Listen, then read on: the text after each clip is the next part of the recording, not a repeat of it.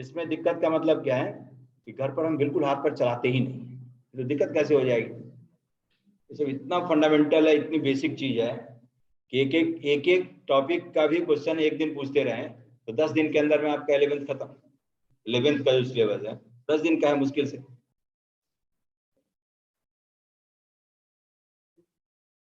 नहीं competitive view से थोड़ा ज्यादा ज्यादा समय का है ना। देख रहे हैं कि कितनी लंबाई बढ़ जाती है उसकी। लेकिन स्कूल एग्जामिनेशन का करना हो तो 5-5 मिनट का काम है ये सब। ये तो पूरा एक्सरसाइज मैंने कर दिया। अब इसी में आप क्या करते, 5 दिन लगे रहते कि मैं 3D कर रहा हूँ, करते रहिए 3D 5 दिन, है ना। अब चलिए नेक्स्ट देखिए, जैसे इसी में अब मेरा करिए एक जो है ना, मैं पूछ लेता हूँ, ठीक है। यही 3D है, इतने कॉन्सेप्ट पर है, इतना ही है, कोई ज्यादा नहीं है।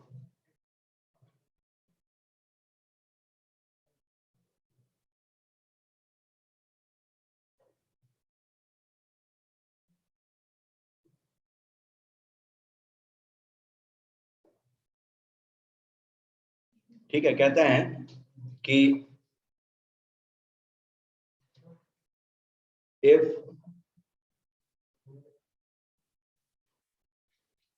projection of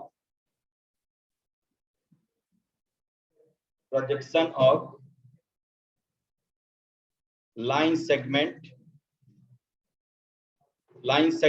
AB on XY plane, YZ plane and ZX plane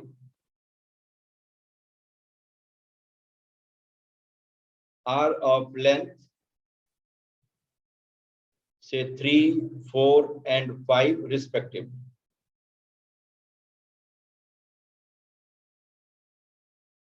ठीक है, तो कहता है कि then find length of AB.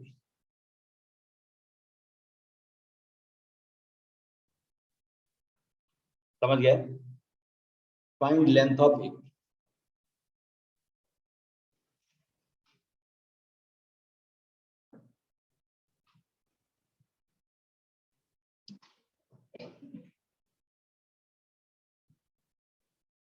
सबसे पहले देखिए प्रोजेक्शन का मतलब क्या है। जैसे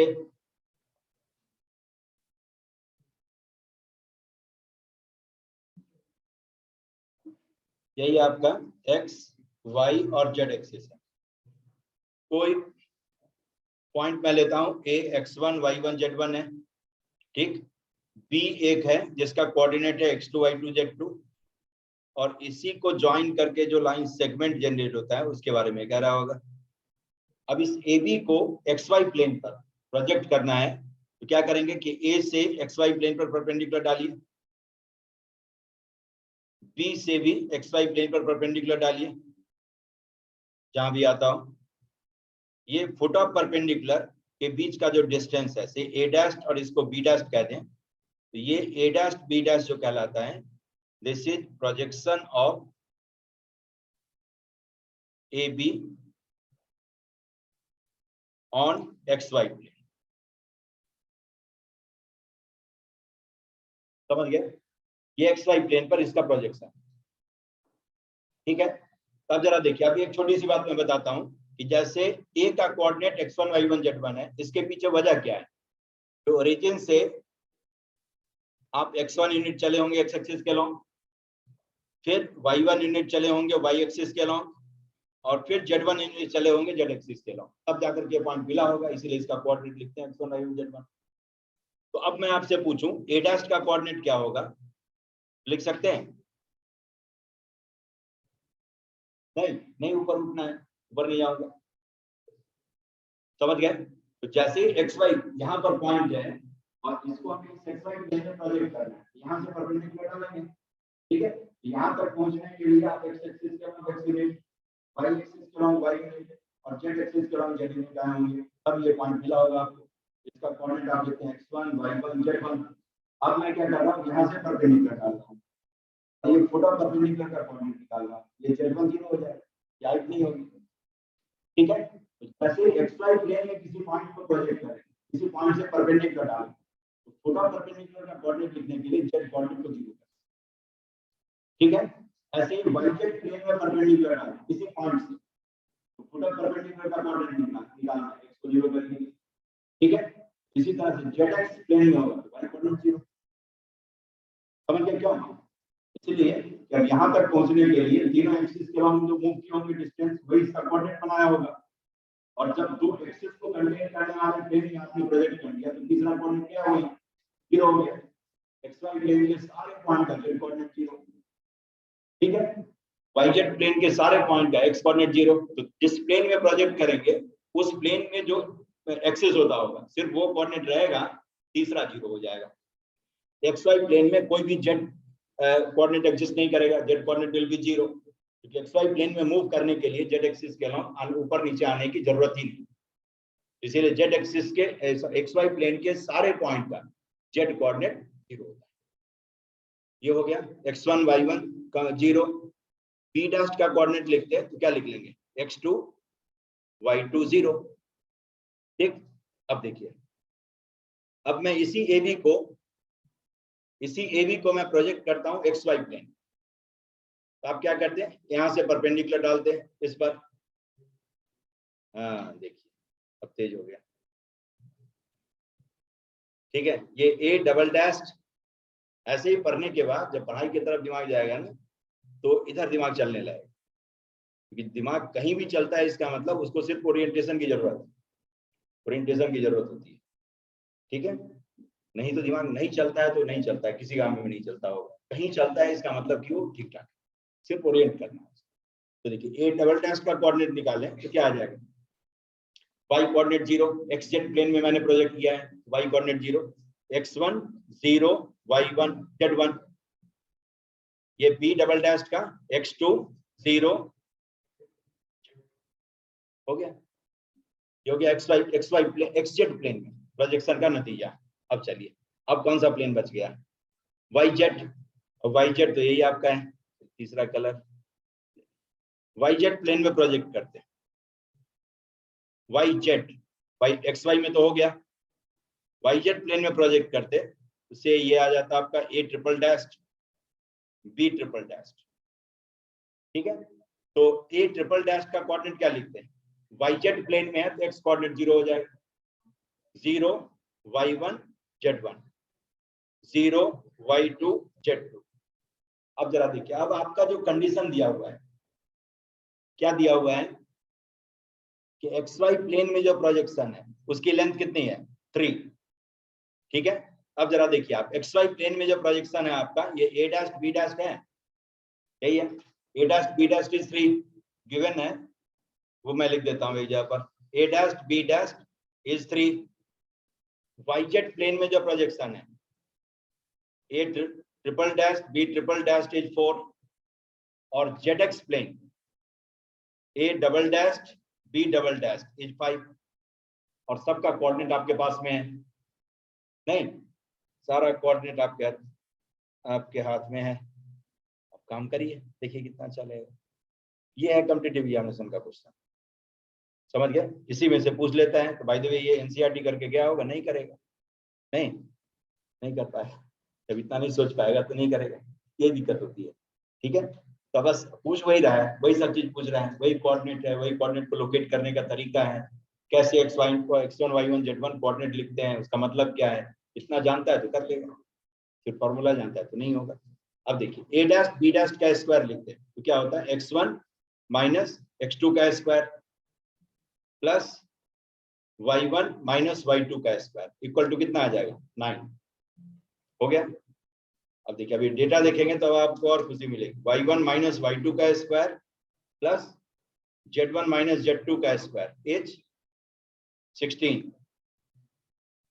ठीक, और next pair x1 minus x2 का square plus z1 minus z2 का स्क्वायर इक्वल टू 25। अब सबको ऐड कर दीजिए, तो 2 टाइम्स x1 माइनस x2 का स्क्वायर है y1 माइनस y2 का square plus Z1 minus Z2 का स्क्वायर इक्वल टू 2 इंटू 25 50 है ना, ये कैंसिल हो गया। अब देखिए ये ए बी स्क्वायर ही है इक्वल टू 25, इसका मतलब ए बी कितना आ गया 5 है ना।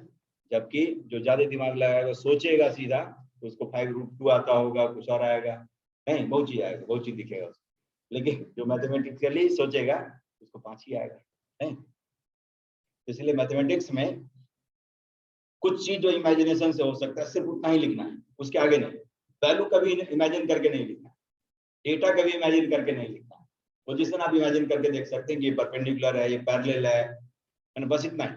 नंबर नहीं तो नंबर गेम में बहुत धोखा देता है। जैसे कभी नहीं लग रहा था कि ए बी की लेंथ 5 आएगी, आएगी भी, लेकिन आ गया, इतने दिया हुआ तब भी आ गया। ठीक, अब चलिए अब एक और काम करें। जैसे देखिए अब ये 3D पर ही मैं बता रहा हूं।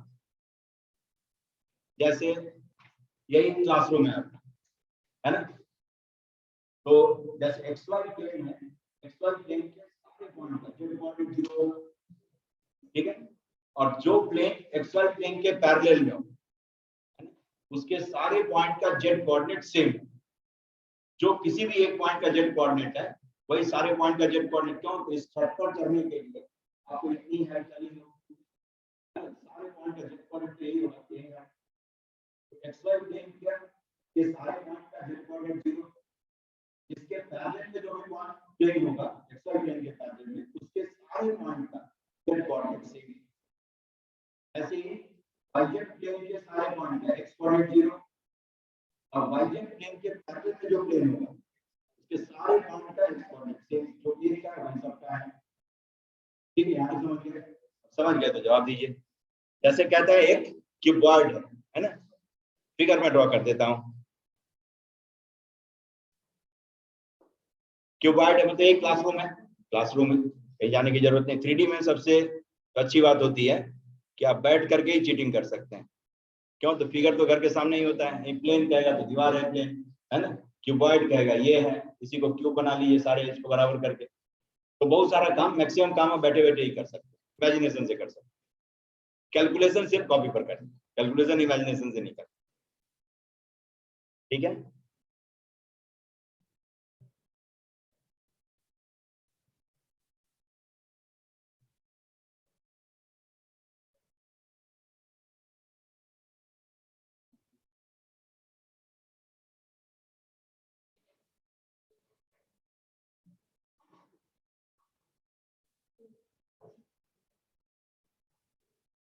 ठीक है। ये क्यूबॉइड है आपका। कहता है कि if faces of cuboid are parallel to coordinate planes,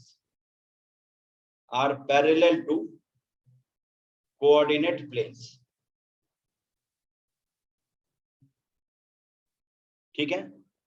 and two of its vertices are 1 2 3 अलग अलग देता हूं, and 4 5 6, ठीक है। तो कहता है कि then find remaining vertices, then find coordinates of remaining vertices।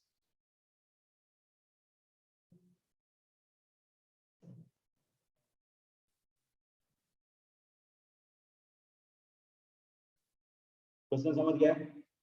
जो फेसेज है कोऑर्डिनेट प्लेन्स के पैरेलल में, जैसे एक फेस एक्स वाई प्लेन के पैरेलल में, तो दूसरा एक्स जेड प्लेन के, तीसरा वाई जेड प्लेन के प्लेन के पैरेलल में, प्लेन नहीं, है ना।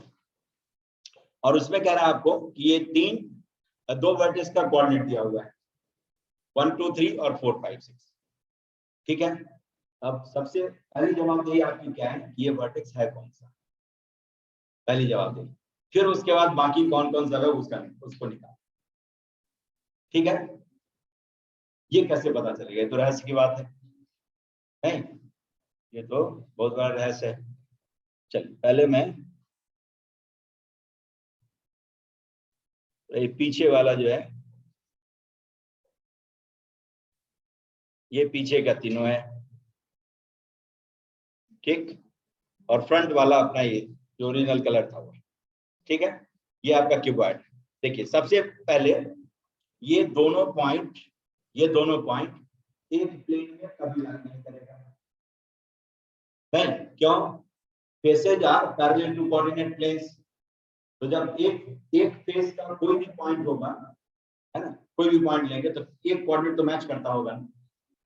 जैसे एक्स वाई प्लेन के पैरेलल में है तो जेड कोऑर्डिनेट सबका सेम है ना, जेड एक्स प्लेन के पैरेलल में है तो सारे पॉइंट का वाई कोऑर्डिनेट सेम एक तरह का दिखता, और ऐसे ही एक वाई जेड प्लेन के पैरेलल में है तो सारे पॉइंट का एक्स कोऑर्डिनेट। लेकिन इन दोनों पॉइंट में का कोई भी कोऑर्डिनेट मैच नहीं करता है। इसका मतलब ये दोनों पॉइंट बॉडी डायगोनल है ना, बॉडी डायगोनल के अलावा जो कॉर्नर होता होगा उसका कोऑर्डिनेट है। इसीलिए इस पॉइंट का कोऑर्डिनेट ये पॉइंट जिस तीन प्लेन में लाई करता है उसमें वो पॉइंट नहीं लगते, समझ गए? इस पॉइंट ये पॉइंट जिस प्लेन में लाई करता होगा, ठीक है, उसमें से किसी भी प्लेन, तीन प्लेन का पॉइंट ऑफ इंटरसेक्शन है, उन तीनों में से किसी प्लेन में वो सिर्फ वो पॉइंट आएगी, बाकी कोई भी पॉइंट लेकर के देखिए यहां से पास लेने वाले किसी न किसी प्लेन में मिल जाए। देखिए सर चार चार आठ ही तो है, 8 में से एक मैंने हटाया, 7 आपके कर देने हैं, 7 में से कोई भी लेकर के देखिए यहाँ से पास लेने वाले किसी न किसी प्लेन में होगा। इसका मतलब इसके कोऑर्डिनेट से उस पॉइंट का कोई न कोई कोऑर्डिनेट मैच करता होगा, तभी इन 7 में से कहीं कहीं दिखेगा, ठीक है। जब कोई भी कोऑर्डिनेट मैच नहीं करता है तो इसका मतलब ये दोनों पॉइंट बॉडी डायगोनल का के एंड का कोऑर्डिनेट होगा, ठीक है। तो चलिए ले लीजिए, ये हो गया आपका 1 2 3 और एक इसका कोऑर्डिनेट ले लेता हूं मैं, ये है आपका 4 5 6, ठीक। चलिए कोऑर्डिनेट एक्सिस भी मैं प्लॉट कर लेता हूं, एक्स एक्सिस वाई एक्सिस ये पैरेलल में है इसके, और ये जेड एक्सिस के पैरेलल, समझ गए? एक्स वाई और जेड एक्सिस के पैरेलल, ठीक है। अब जरा बताइए कि एक्स वाई प्लेन के पैरेलल में जो भी प्लेन होगा उसके सारे पॉइंट का कौन सा कोऑर्डिनेट सेम होगा? Z coordinate. तो जो इसका जेड कोऑर्डिनेट है वही इन सारे पॉइंट का जेड कोऑर्डिनेट होगा। एक्स वाई नहीं मालूम है लेकिन जेड इज 3, ठीक है। X Y unknown but Z is 3 हो गया, क्योंकि ये प्लेन क्या है, एक्स वाई प्लेन के पैरेलल, जो इसका जेड कोऑर्डिनेट है वही सारे पॉइंट का जेड कोऑर्डिनेट, ठीक है। अब नेक्स्ट जो है आपका उसी कॉर्नर से पास होने वाला दूसरा प्लेन, देखिए एक्स जेड प्लेन है ना, एक्स जेड प्लेन में जो भी पॉइंट लाई करता होगा सबका वाई कोऑर्डिनेट सेम, तो सबका वाई कोऑर्डिनेट कितना होगा 2, क्योंकि इसका वाई कोऑर्डिनेट 2 है इसलिए सबका वाई कोऑर्डिनेट 2। तो चलिए एक्स नहीं मालूम है लेकिन वाई इज 2, एक्स नहीं मालूम है बट वाई इज 2 हो गया, इसका वाई कोऑर्डिनेट 2 हो गया, जेड पहले से मालूम था अब वाई कोऑर्डिनेट 2। चलिए अब इस कॉर्नर से तीसरा प्लेन ये आपका है वाई जेड प्लेन के पैरेलल, और वाई जेड प्लेन के पैरेलल में जो भी प्लेन होता है उसके सारे पॉइंट का एक्स कोऑर्डिनेट क्या होगा सेम, तो इसका 1 2 3 का एक्स कोऑर्डिनेट 1, इसीलिए इस पॉइंट का भी एक्स कोऑर्डिनेट 1, इसका भी एक्स कोऑर्डिनेट 1, ठीक है, और इसका भी एक्स कोऑर्डिनेट 1 आ गया। तब 1 2 3 से पास होने वाले तीनों प्लेन को हमने देख लिया। अब पहुंचे कहां पर 4 5 6 पर, वहां से भी 3 प्लेन पास होता है। तो चलिए सबसे टॉप प्लेन की बात करता हूं। टॉप प्लेन जो है आपका एक्स वाई प्लेन के पैरेलल में है, तो सारे पॉइंट का जेड कोऑर्डिनेट क्या होगा सेम। तो जो इसका नाम मैं रख देता हूं, जैसे P और Q है, इस Q का जो जेड कोऑर्डिनेट है वही इसका जेड कोऑर्डिनेट होगा, वही इसका जेड कोऑर्डिनेट होगा, वही इसका जेड कोऑर्डिनेट, समझ गए? चलिए अब जो Q का वाई कोऑर्डिनेट है वही एक्स जेड प्लेन के पैरेलल में जो प्लेन है ये वाला प्लेन, ठीक है, उसके सारे पॉइंट का वाई कोऑर्डिनेट क्या होगा 5, क्योंकि Q का वाई कोऑर्डिनेट 5 है। अब इसका 5 है तो देखिए इसका 5, इसका 5 और इसका 5 हो गया। अब एक प्लेन रह गया सामने वाला प्लेन, ये वाला प्लेन जो वाई जेड प्लेन के पैरेलल में, और YZ प्लेन के पैरेलल में जो भी प्लेन होगा उसके सारे पॉइंट का x कोऑर्डिनेट क्या होगा, सेम। YZ प्लेन का x कोऑर्डिनेट 0 और उसके पैरेलल में जो भी है उसमें y कोऑर्डिनेट सेम। अब जरा देखिए इसका y कोऑर्डिनेट कितना है, 5, सॉरी ये YZ है ना, x कोऑर्डिनेट 4 है। YZ प्लेन के पैरेलल में तो x कोऑर्डिनेट सेम, तो इसका x कोऑर्डिनेट 4, इसका भी 4, इसका भी 4, इसका भी 4, कोई मत तोड़ नहीं, सब हो गया, सब आ गया, सारा कोऑर्डिनेट आ गया आपके पास देखते देखते, है ना। तो सिर्फ ये कांसेप्ट था कि एक प्लेन में जितना भी पॉइंट है उसका थर्ड कोऑर्डिनेट 0 होगा, जिस दो एक्सिस को कंटेन करने वाला प्लेन है उसके अलावा जो तीसरा कोऑर्डिनेट है वो 0, और उसके पैरेलल में जब होगा तो तीसरा coordinate constant, third coordinate constant.